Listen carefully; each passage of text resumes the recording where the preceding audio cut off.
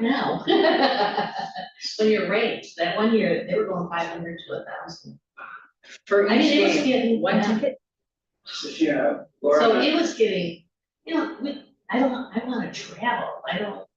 Right. Do you get worn out by It, going over? driving, I spent more time in my car. Yeah. Than the time, and I guess Denny with his eye says he has had cornea implants. And I think I don't like, a lot of games started, it always was snowing, or it was in the Yeah. evening, and it's like, you could be at home not freezing.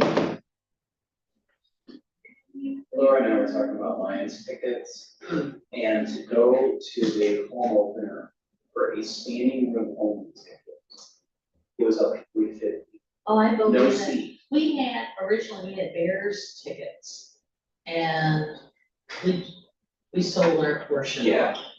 Because it was like, I don't wanna freeze, and they were also in the nosebleed section. Oh, good morning. Good morning, Jake. Morning.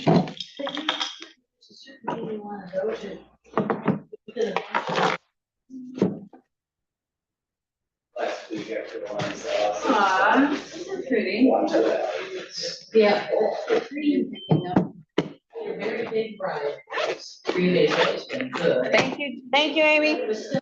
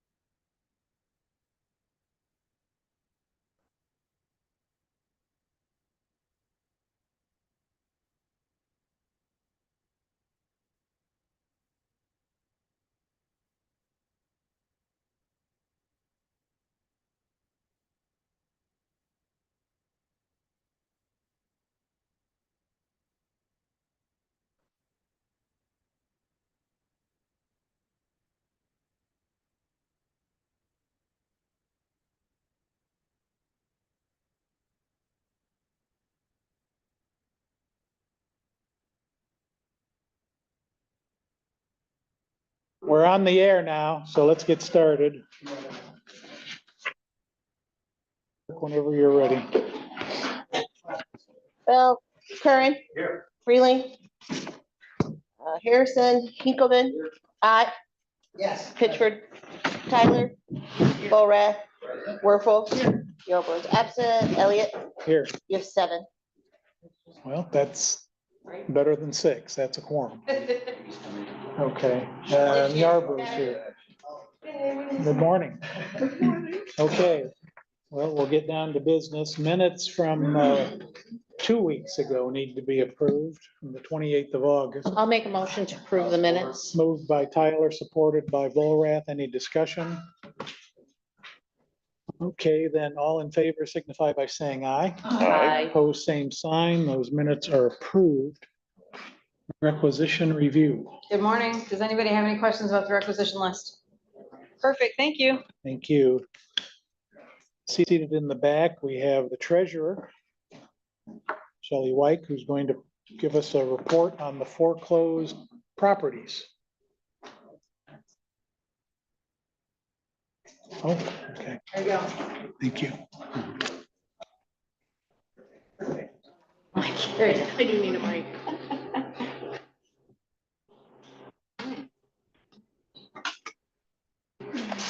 Good morning, everyone.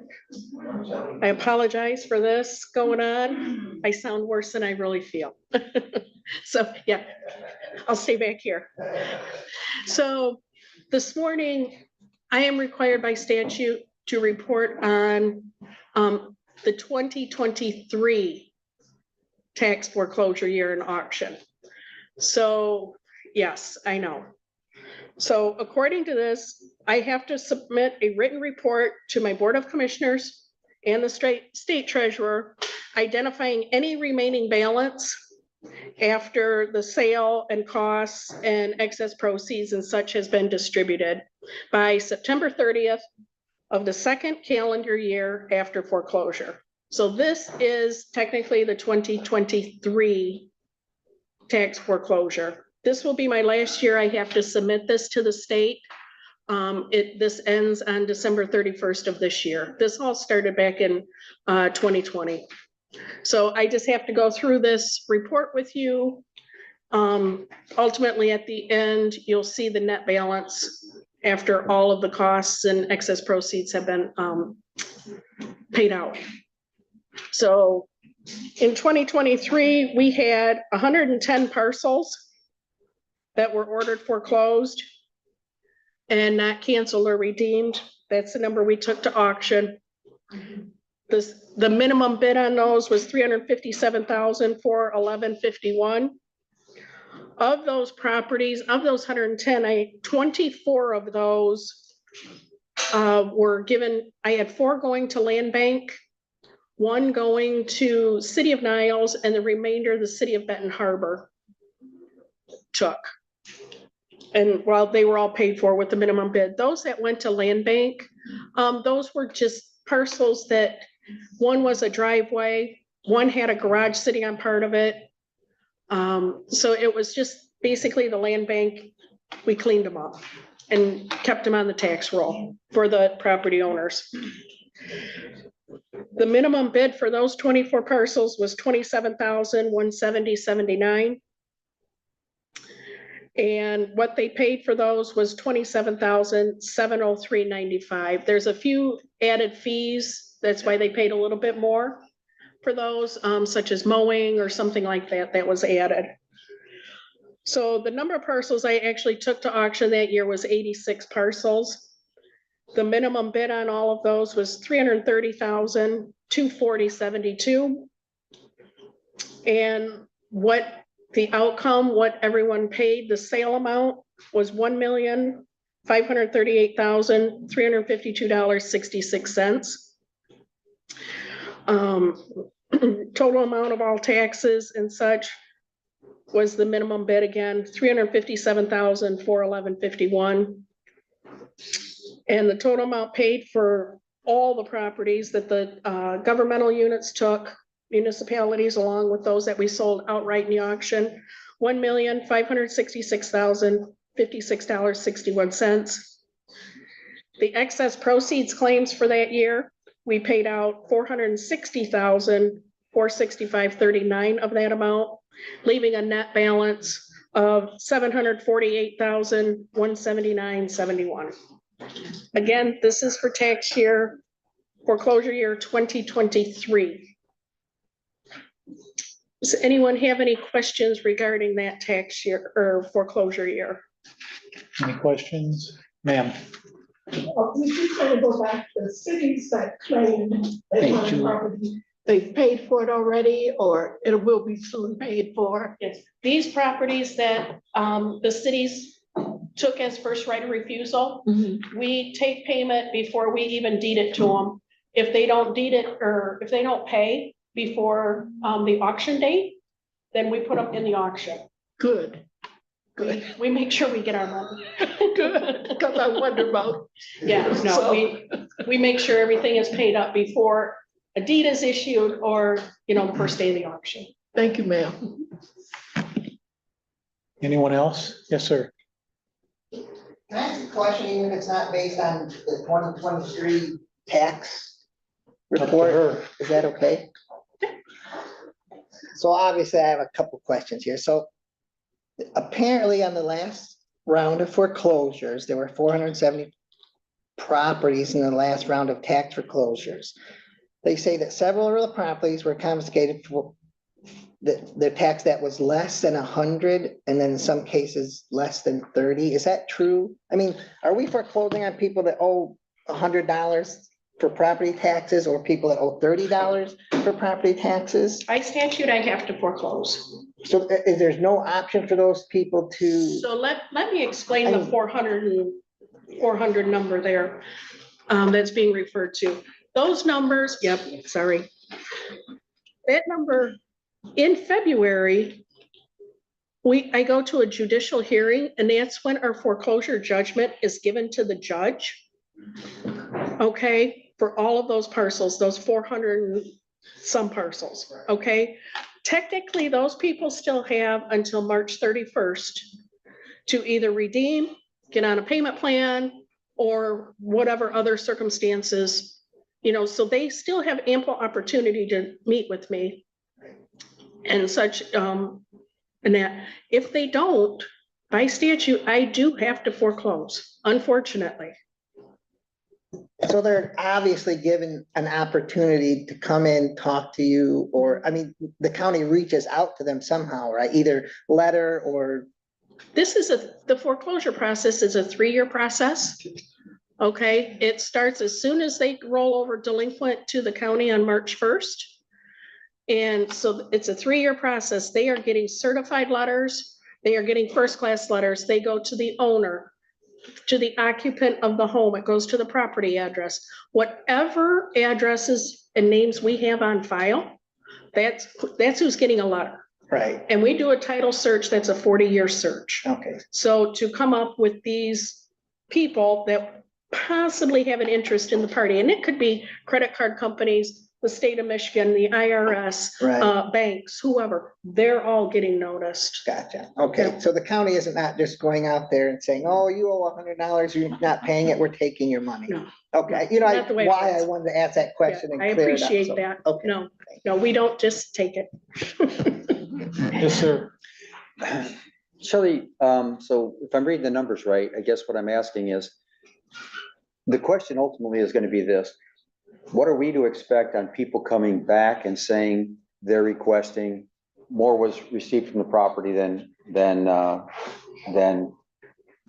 tax, the people that would come back on us? How much, from this here, it looks like, is there $748,000 out there that is in the air at this point in time, that is the difference, the chasm between the two? Is that the way I'm reading this? That is what is in the account. So with this 2023 tax year, they had until July 1st to file a claim with the treasurer. Okay. Okay, to claim any excess proceeds. I know what you're referring to. It's 2020 and prior years So it that we're doesn't, still in litigation with. Okay. That if they get involved in a class settlement or some sort of lawsuit, but anything going forward, it's taken care of. all right. Because so- we have to abide by that deadline of July 1st, unless the Supreme Court, Court of Appeals tells us different. So my comment is the same as it's always been, you know, when there's such a chasm, $750,000 chasm between what's owed and what can be procured from the sale of the property, I can't imagine why the residents of the property don't do that. And it just, I mean, it's a big number. And so it surprises me every time to see that. It's increasing. Like this year, I think I have about 46 claims Okay. for the 2025 auction. Okay, So it is increasing. That word is getting out that they can get some cash afterwards. Ma'am, But again, they have to follow the process because it is about a year-long process in order to receive those funds. It's not, we just don't just write a check. And I would like to say and to thank Treasurer White for all that she does. The last couple of months, every Wednesday, you knew she was going to be in Bridgman or at their city hall or whatever from 2 to, hours, and would stay longer if necessary. So she's done all kinds of things over the years to make it better for people. And what I'm going to say this, an example is of what children do to their parents, saying, we'll stay here, we're taking care of the utilities, we're paying the taxes, we're doing all that. Parents have no idea because they want to keep their house. They're not living in it, but they want it. And the children or the other people do tricky things.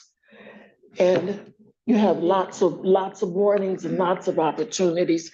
And we spend how much, $100,000 in mail or something? We do, yeah, we do a number of mailings, lots of mailings. So, the notice is going out, and of course, we always get, well, I don't live there. Well, did you tell someone? Did you tell your local unit, hey, I don't live there anymore, I've moved to, again, we can only go off of the records that we have. And we do our best as far as getting out to the community. I'm working down in Niles right now with office hours. South County, give them an opportunity, a head start before I start in January, where I'll hit more of the municipalities. And this has been what the treasurer has done for years, to get people to pay or to make them aware. Yeah, we honestly don't want those properties. No. any other questions? Shelley, anything else? Not if there's any other questions. Okay, well, thank you for the update. Thanks so much. Thank you. Public comments. I see we have so many here this morning that it's hard to know where to begin. But I'm going to take a leap and say we don't have any public comments. So does anybody have anything else before we adjourn? Just really quickly, Mr. Chair, I've briefed the admin committee that we'll be setting up a Teams meeting, essentially a virtual meeting, to pull in one of the consultants from Whiteman to talk about the well drilling project at the Juvenile Center. As soon as I leave the admin committee, I will come up to finance. We will do the exact same thing.